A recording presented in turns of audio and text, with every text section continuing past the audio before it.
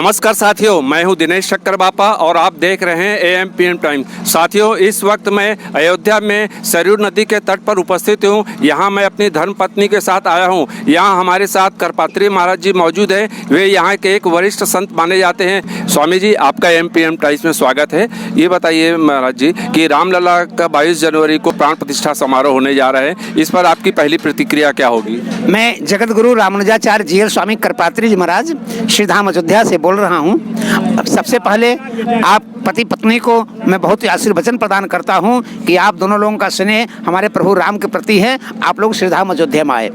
अयोध्या का जो आज खुशी का माहौल है, ये बलिदानों के कारण हुआ है। 500 साल तक हम लोगों ने युद्ध किया है। इस 500 साल तक 4.5 लाख लोगों ने शहादत दिया है। 4.5 लाख लोगों के शहादत के बाद ये शुभ घड़ी आया है।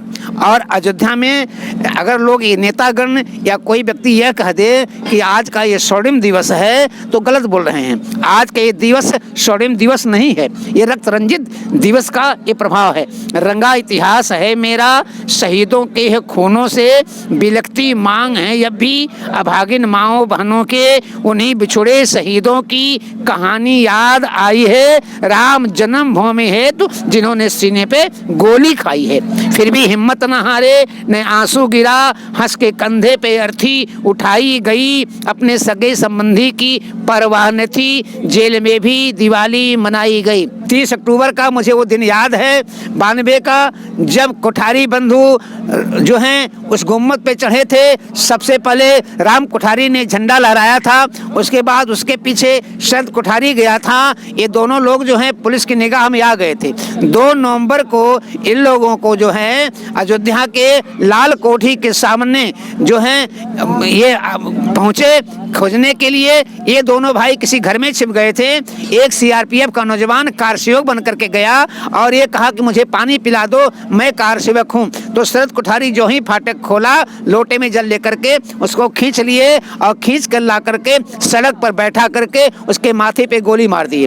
उसके बाद जो है उसका छोटा भाई शरद कोठारी दौड़ते हुए चिल्लाते हुए आया और अपने भाई को पकड़ लिया और उसने कहा आप मुझे भी मार दीजिए, हम दोनों भाई एक साथ जाएंगे। तो ये निहत्थे शरद कोठारी के सीने में भी गोली चला दिए और दोनों भाई वहीं पे शहीद हो गए। हमारे रामचंद्र परमहंस जी समाचार सुने, दौड़े दौड़े आए, वो चिल्ला के रोने लगे, कहने लगे करपात्री जी आज मेरा राम चला गया है, आज मेरा लक्ष्मण चला गया है, निश्चित तौर से ये बूढ़ा बाप जी नहीं पाएगा। चिघार कर रोने लगे। उनके घर सूचना बेची गई।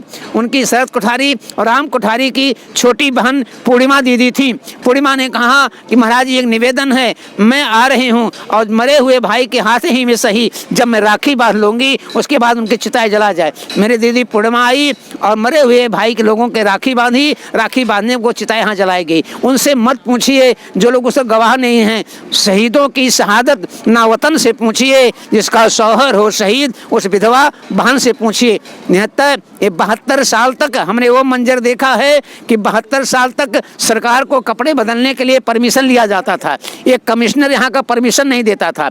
साल में एक कपड़ा हमारे ठाकुर जी को दिया जाता था, वो भी कपड़े फट जाते थे, पुराने हो जाते थे और ठाकुर जी के शरीर पे बरसात होती थी, बूंदें गिरती थी, पानी गिरता था और जो है ठंडी में, गर्मी में, बरसात में ठाकुर जी को जो है ऐसे रहना पड़ता था। यानी वहाँ तुलसी का पौधा भी लोग लगाने नहीं दे रहे थे। तो क्या करते थे हमारे पुजारी सत्येंद्र दास जी महाराज, तुलसी के पौधे को लेकर के उसके डंठल को सुखा करके ठाकुर जी को भोग लगाते थे और रेवड़ी का भोग लगता था। कभी 56 प्रकार का भोग नहीं लगा। तो हमारे परमात्मा श्री राघवेंद्र सरकार कहने को तो राम के राज में राघव का 14 साल का वनगमन हुआ था, लेकिन इन लोगों के विधर्मियों के राज में हमारे रामलला का जो है वनगमन जो है 72 साल तक रहा। 72 साल तक हमारे राम जी वन में रहे। आज शुभ दिन आया है और देश का मैंने परमात्मा श्री राघवेंद्र सरकार से महापक्ष में पूछा कि 72 साल तक आप टेंट में रहे, अयोध्या क्यों नहीं आए? तो उन्होंने कहा जब भी मैं यात्रा करता हूं तो हमारी यात्रा किसी साधु के साथ होती है, किसी संत के साथ होती है और आज देश का प्रधानमंत्री एक संत संत है, उत्तर प्रदेश का मुख्यमंत्री एक संत है। जब संत का मिलन होता है तो भगवंत यात्रा करता है। इस नाते विश्व मित्र है, ऐसा सह विश्वामित्र के रूप में नरेंद्र मोदी जी आ रहे हैं। नरेंद्र मोदी जैसा साधु मिल गया, जोगी जैसा साधु मिल गया, तो हमारे परमात्मा जो है 22 तारीख को, ये 22 परमात्मा का विग्रह का स्वरूप है कि सुमति भूमि थल हृदय गाधो, वेद पुराण उदधि घन साधो। 18 पुराण और 4 वेद, 18 4 22। इस नाते वो तिथि 22 की चयन की गई है। महीना जनवरी का है। परमात्मा कह रहे हैं अब जन जन में कोई बरी नहीं होगा, हम सबके पास आएंगे। अमित रूप प्रकटे तहि काला, जथा जोग मिले सभी कृपाला। ये मेरे परमात्मा का क्षेत्र है। निश्चित तौर से ये समय रामराज का हो गया है।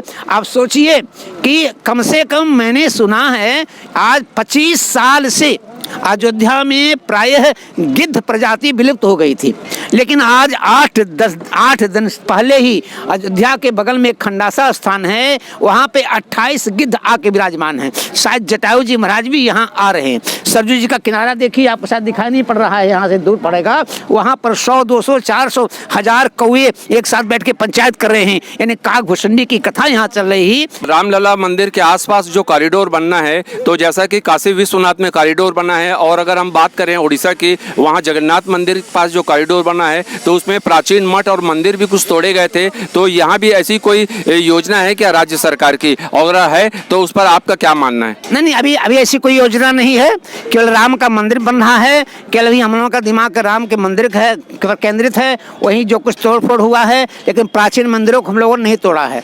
जो प्राचीन मंदिर है उसको हमने नहीं तोड़ा है, गली गलियारा थोड़ा चौड़ा किया गया है। अन्य कॉरिडोर बनने की कोई अभी बात नहीं चल रही है। यहाँ पे 2 मंदिर प्रमुख हैं।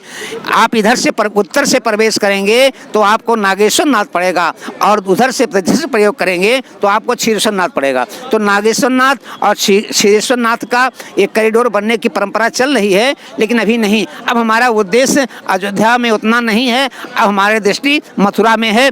श्री बांके बिहारी जी की जन्मभूमि के लिए, कृष्ण की जन्मभूमि के लिए मेरा उद्देश्य है, हम वहाँ जाएंगे। अब महाराज जी, ये जो अभी यहाँ हम सरयू नदी के तट पर खड़े हैं, तो यहाँ के विभिन्न घाट की पौराणिक क्या महत्ता है और इसकी स्वच्छता को लेकर आपकी क्या प्रतिक्रिया है? देखिए, ये सरजू ये जो है ये वशिष्ठ की पुत्री है। वशिष्ठ की पुत्री है, भगवान राघवेंद्र सरकार की बड़ी बहन है। इसको राम जी दीदी कहा करते थे। सरजू मतलब होता है सा से सीता, रा से राम, यू से युगल उपासना। सीता राम की युगल उपासना करते करते यदि आपके आँख से आंसू बहने लगे तो समझो कि सरजू का प्राकट हो गया है। और आज के कलयुग में भी देख लीजिए, लक्ष्मण घाट से लेकर के आगे जो है राम घाट के बीच में अभी इनके पानी का सर्वेक्षण कराया गया। इस बीच का जो जल है वो पीने के योग्य है।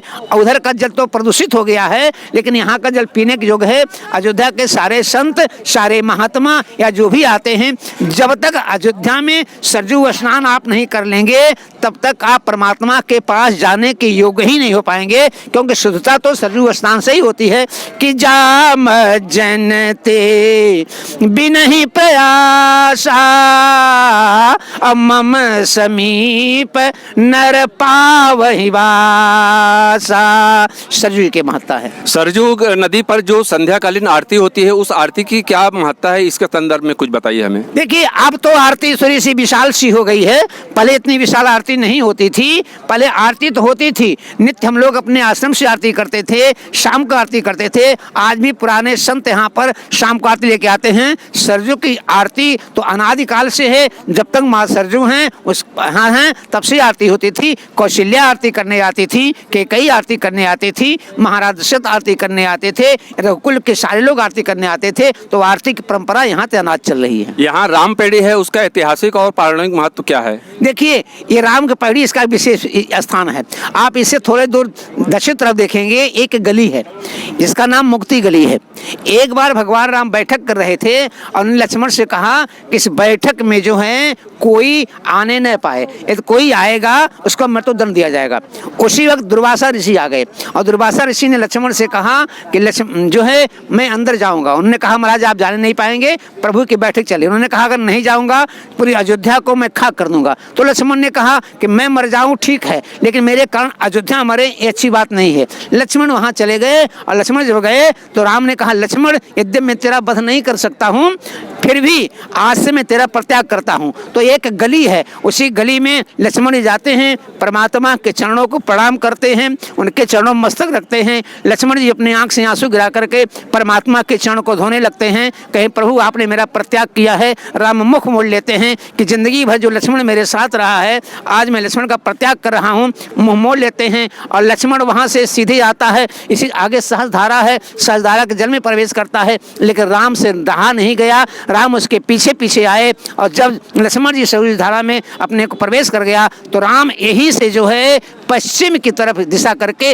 गुप्ताल घाट चले गए। तब से इस घाट का नाम रामपैड़ी हो गया। करपात्री महाराज जी, यहाँ पे जो साधु संत या जो वरिष्ठ महात्मा जी हैं, तो उनके जीवन यापन और उनके पूजा अर्चना के लिए राज्य सरकार ने अलग से कोई ऐसी योजना बनाई है जहाँ ये व्यवस्थित रूप से अपनी दिनचर्या यापन कर सके? देखिए, ये आपने बड़ा गूढ़ प्रश्न किया है, ऐसा एंकर पत्रकार कभी प्रश्न नहीं किया है। मैं इसका उत्तर देना चाहता हूँ। हम लोग अयोध्या के साधु संत हैं और राम जी हमारे बाप हैं। जगत पिता सब राम बखाना, राम जगत के पिता हैं, हम उनके पुत्र हैं। तो राम राजा हैं और हम लोग राजकुमार हैं। तो राजकुमार भिखमंगा नहीं होता है, परमात्मा सारी व्यवस्था हम लोगों करेंगे। हम लोगों को किसी के मांगने की आवश्यकता नहीं है, हमारी व्यवस्था हमारे बाप राम जी करेंगे, क्योंकि राम राजा ही नहीं हमारे संतों के पिता हैं। जगत पिता सब राम बखाना, तो बाप के सामने बेटा राजकुमार ही होता है। तो अयोध्या के साधु, और बता दूं आपको, शायद आपको नहीं पता हो, आप वृंदावन चले जाइए, गया चले जाइए, हरिद्वार चले जाइए, द्वारिका चले जाइए, आपके पास अगर पैसा खत्म हो जाएगा तो आप वहां नहीं रह सकते हैं। लेकिन अयोध्या एक ऐसी पावन भूमि है, एक पैसा भी आपके पास न हो, अयोध्या में आइए, आजीवन भगवान राम आपको खाने की व्यवस्था, रहने की व्यवस्था, कपड़े की व्यवस्था आजीवन अयोध्या में खाने वालों की कोई कमी नहीं है। अयोध्या में जो एक पैसा भी लेकर के नहीं आवे, अयोध्या में जीवन भर, अयोध्या में हर मंदिर में, छोटी छावनी में, बड़ी छावनी में, नागेश्वर नाथ मंदिर में, हनुमत सदन में, हनुमत निवास में, यहाँ जितने बड़े मंदिर हैं वो सब में प्रत्येक दिन 500-1000 भोजन बनता है। अगर कोई व्यक्ति प्रत्येक दिन जाना चाहता भोजन करने के लिए जाए, हम उनका परिचय नहीं पूछते हैं, उनको कंबल भी देते हैं, कोठरी भी देते हैं, रहने का स्थान भी देते हैं, क्योंकि राम हमारे बाप हैं और बाप यहाँ जब बेटा पहुँचता है उसको साधु संतों किसी की मांगने की आवश्यकता नहीं पड़ती है। बहुत बहुत धन्यवाद करपात्री महाराज जी, आपने एएमपी टाइम्स को वक्त दिया, इसके लिए हम आपके आभारी हैं।